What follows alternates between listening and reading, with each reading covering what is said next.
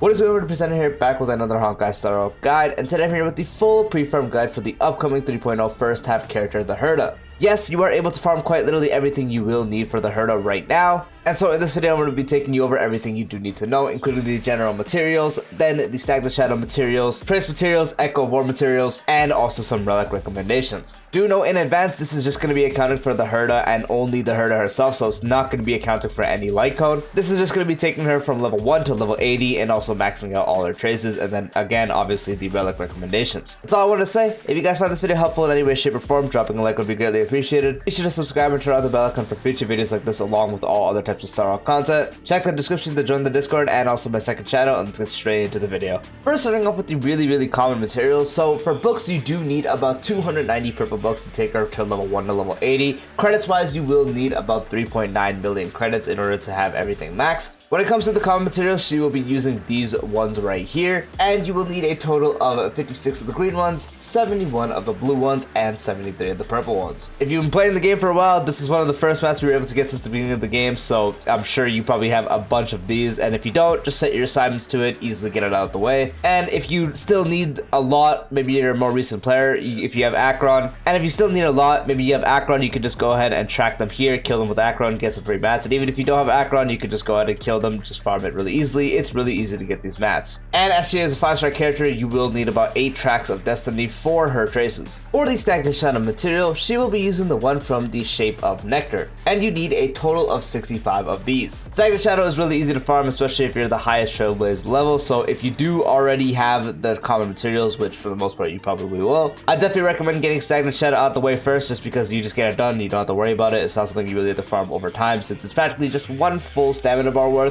plus a bit extra, and then boom, you already have 65. It's really easy to get this done. For the trace materials, as she is an erudition character, she's going to be using this one from the Pentaconi Grand Theater, bottom erudition, so not this one down here, but this one up here. And you will need a total of 18 of the green ones, 69 of the blue ones, and 139 of the purple ones. As we all know, traces are extremely cringe, so be sure to first finish the common materials, then the Stagnant Shadow materials, and get on this as soon as possible, as it's less than 2 weeks till she's out. If you haven't farmed this at all, then you probably won't be able to max her out day 1, but that's fine, just keep farming it. Best to get as much as you can done, just cause, you know, trace is cringe, so once you finish the other ones, I definitely recommend starting this as soon as possible. For the Echo of War, she's going to be using the one from the newest one, being the Feixiao / Hule boss, and you will need a total of 12 of these. You probably already have enough since it's been out for quite some time now, and if you don't, that's practically just 4 runs at the highest Trailblaze level, so you just do 4 runs of that, so that's 3 for 1 week, plus 1 in the extra week, and then you're good to go. Now for some relic recommendations. So overall, her best set does seem like it's going to be the Scholar set, as she's going to function as a generic DPS, wanting your crit rate, crit damage, attack percent, and such, but also because her main source of damage is going to be coming from her enhanced skill, and this set is going to be the best for that, as the 2-piece gives you an 8% increase in crit rate, so that's going to be really nice for your crit rate, and the 4-piece will increase damage dealt by skill and ultimate by 20%, and after you do use your ultimate, additionally increases the damage dealt by the next skill by 25%. So you're getting a big increase to the skill, which is going to be a good source of how many times you do use it. And her ultimate's going to be a nice source of damage and also functions really important to her kit. And now your next skill after you do use that ultimate will most likely be the enhanced one. And also that skill is going to be the one that has a 25% extra damage dealt. So this is going to be the best set, as it does amplify her main source of damage the best way possible. And everything this relic set is providing is going to be extremely powerful, and again, is definitely her best option. But if you're farming for that, or you don't have pieces laying around just yet and you can't farm it, you can also opt to do 4-piece of the ice set, which the 2-piece increases ice damage by 10%, and the 4-piece after wearer uses their ultimate, their crit damage increases by 25% for 2 turns. Not as good as a Scholar set, but 2-piece does give ice damage, and she is an ice character, so that's going to be a good source of damage overall as well. On top of that, when you do use your ultimate and then you get your enhanced stuff, more stacks, all that kind of stuff, you get a 25% increase to crit damage, so when you do crit, it's going to do even more damage. Once again, not as powerful as the Scholar set, but is still a good option, as it's practically just some free damage on top. So this is another option you can use, and if you can't do either of those, then it's practically just combining 2 pieces, such as 2-piece of the ice set or 2-piece of the Scholar set, even because the 2-piece itself in the Scholar set is really good. And you'd also just combine that with practically just 2-piece of one of the attack percent increasing sets. So 2-piece of the Wind Soaring set is an option. You can also do 2-piece of the Dot set, since it's the same 2-piece of the Wind Soaring set. 2-piece Musketeers also works because it's the same 2-piece. Those are practically your only options. Not too versatile, but still really easy to get. Once again, just 4-piece of the Scar set is best, then 4-piece ice, which isn't as good, but it's still an option. And if you can't do those, then just 2-piece 2-piece of the Scholar set, 2-piece of the Ice set, or 2-piece of one of the attack percent sets, and just combine them. When it comes to her best planner ornaments, it does seem like overall the best one you are going to be able to use is Ruling Arena, which gives you an 8% crit rate increase, and when you do have 70% or higher crit rate, you get a 20% damage increase to basic attack and skill. The basic attack part is whatever. There might be times where you maybe use it, but for the most part, it's mainly focusing on the skill increase since you are going to be mainly doing damage off of the enhanced skill. So this is going to be buffing up that damage by an extra 20%, which is going to be the best damage increase you can get for her. And since, once again, as I mentioned, she's your generic DPSs, and usually your generic DPSs that have crit rate, crit damage and such, you are going to want to have above 70% crit rate and maybe even in the 80s. So this is a requirement that shouldn't relatively be an issue, but there are times where you get rolled on relics, so you might not be able to hit it. But if you are able to hit the 70%, which once again is mostly recommended, this is going to be the best one you can do. But if you don't have Ruling Arena, or you may still be farming for it, you can also opt to do Izumo, which Izumo gives you a 12% attack increase, and if someone in the team follows the same path as the wearer gets a 12% crit rate increase. In her kit, she's going to practically want you and practically just require you to run another Erudition character, similar to having Acheron run other Nihoti characters on the team. This set is practically going to be one that's always going to be able to be active, since once again you're going to be guaranteed running another Erudition character on the team. They just have to be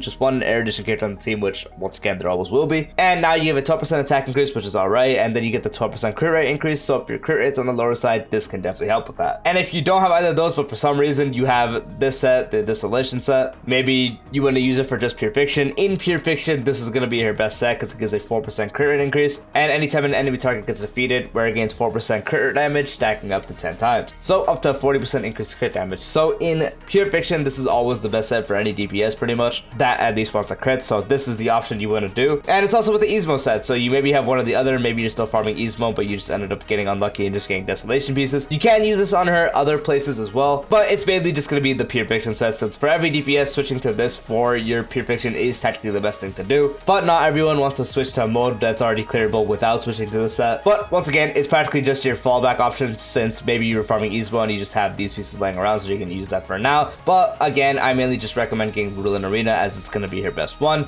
and then Izumo would be the next option. And yep, that's practically it. Just to take you over a quick reiteration, purple books wise, you do need about 290. Credits wise, you do need about 3.9 million. For the common materials, once again, it's these ones right here, and you'll need a total of 56 of the green ones, 71 of the blue ones, and 73 of the purple ones. On top of that, for our traces, you will need 8 tracks of Destiny. The Stagnant Shadow material will be the one from the Shape of Nectar, and you need a total of 65 of these. The trace material will be the one from the Penacony Grand Theater for Blood of Erudition, so once again, not the Rivet Town, but rather the Penacony Grand Theater, and you will need a total of 18 of the green ones, 69 of the blue ones, and 139 of the purple ones. For the Echo of War material, she will be using the one from the Feixiao / Hule boss, and you need a total of 12 of these. When it comes to relics, again, you want to get the Scholar set. It's going to be her best in slot. The crit rate increase from the 2-piece and the damage out you can get for her ultimate and skill, and the additional one for her skill, since once again her base source of damage is going to be enhanced skill. This is her best relic set you can use. If not that, you can also do 4-piece of the Ice set. 2-piece Ice damage, so just going to increase her damage overall as she is Ice, and then 4-piece using ultimate gives you a 25% crit damage increase for 2 turns. Not as good as Scholar, but still a 25% increase to crit damage after using your ultimate, so still nice. And then if you can't do either of those 2 pieces, then it's just 2-piece.